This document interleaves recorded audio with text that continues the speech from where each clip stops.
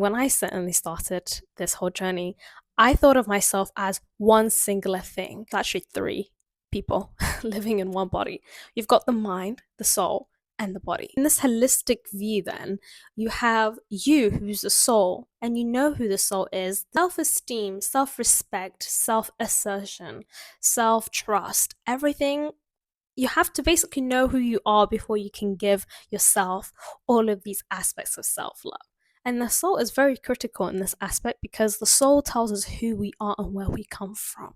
It's all about the self discovery. So, in this channel, we know this is a spiritual channel. So, the soul is something that is infinite, that is fruitful, never runs out. All your wishes, your dreams, even the bad experiences that were sought after and the good experiences that were sought after all come from this place of love and creation. So with source on this channel, I like to prefer to the universe or God as the truth, which is love, and then love also comes with creation.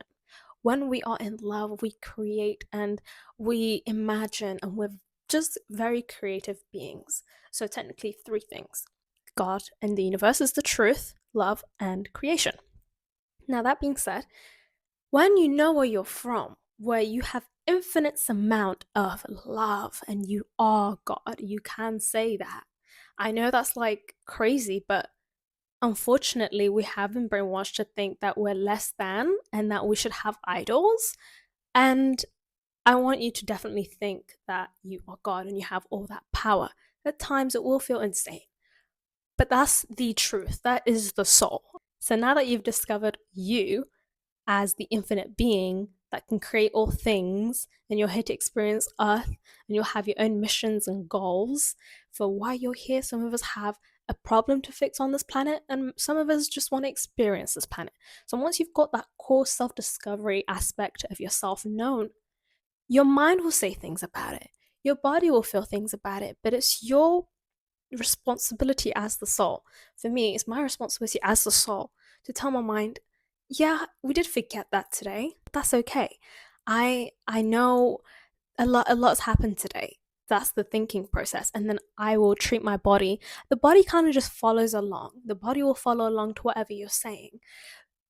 But sometimes you might need to help it by sitting down. You know what I mean? Like, that's okay. Like, it's a bit tough, but sit down. You're going to be all right. So, yeah, you do become this parent when you love yourself immensely.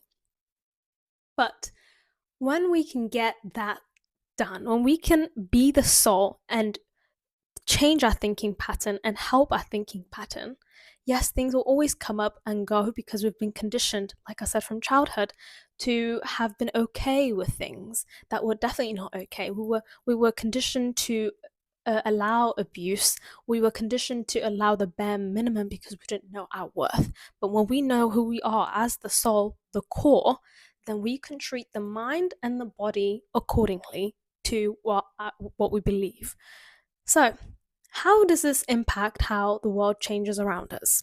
One person, so for me, I'll use myself as an example.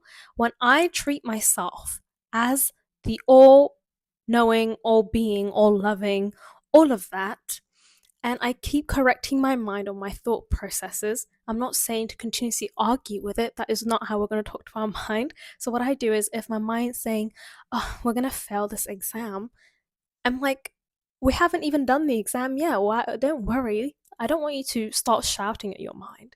That is not great parenting to your mind. I want you to just soften the blow. I want you to show your mind a different perspective. I want you to really actually take on your soul, like who we are. If you're all loving, then you have to be that to your mind. You can't be torturing your mind. That is not self love. So, say it's okay, like we haven't done the exam yet. And we are only, even if we fail, if we've given it our all, what else can we do? Like, well done to you. Continuously softening the blow on the mind, the body will just follow how you feel. However, like I said, you do need to support it sometimes. Sometimes you have to make decisions for your body. If you've worked hard all day, then I don't know, maybe a salad might help. I'm not saying just eat a salad, guys. I'm just saying whatever's healthy. To me, a salad just is healthy. So, a salad might help. Or drink some water. Do you see what I'm saying? Sometimes you need to help parent your mind and your body in the right direction, because self-love, like I said, if you don't have any fear about where you're going to end up, if you know you're going to be supported, then you treat your body with all that unconditional love and support. Let's get on to how this will affect the bigger population now. So if you can love yourself to this humongous amount, okay, because trust me, when you start to love yourself so much, it radiates in a way where the external doesn't matter anymore. You're so happy within yourself that being in a relationship is no longer about fighting for something. It's about just being there continuously for one person and maybe raising some kids with them if you'd like that. But what I've realized, actually, this might be a bit controversial, but the more I've kind of tended to love myself, the more I've cared less for a relationship, and the more I've been like, do I even want children?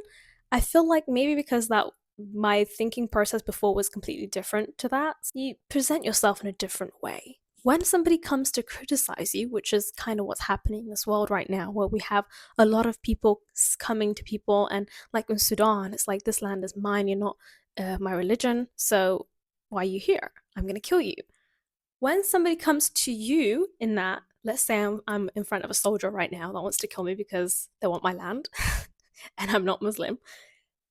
In that instance, from somebody that loves themselves, it is not your, it is not, you don't need to fight. Sometimes we die fighting for freedom, and that is a good experience. And a lot of people who are losing their lives right now in a lot of places, who are going through a lot of pain, I know we want to see it as a bad thing, but from a filter of when you love yourself and from a filter of love, you know that as long as that person is fighting for their freedom and they died fighting for what they believed, that is a good life. Yes, it shouldn't have happened that way. And that is the rage that we will carry as people that are not in that condition, because we want to change it for them. The only thing you could do is stand strong in your love and your self-belief and show them that love. And if they don't want to take it, which most of the time they definitely won't, you will get a lot of, not hate, but you'll get a lot of resistance when you're fully in your self-love state. You'll get a lot of resistance, because bear in mind, you're not going to see anybody as selfish or arrogant or annoying. When you love yourself, you know that most people are mad or annoyed at themselves because they haven't had the attention and care from themselves. They haven't had the soul step in to take care of the mind and the body. So there's no point being mad at people, because it's just children running around asking for care, but they're not getting the care. You'll also notice that it's just not worth your energy.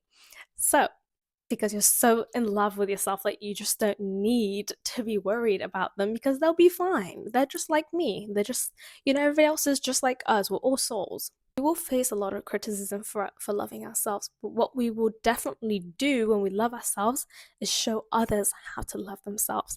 And it's not by showing them, oh, I do this for myself, or I help my mind think this way. Energy on its own is enough to change people and for them to believe in themselves. And that is why I think to all suffering, self-love is the antidote. And I will catch you later.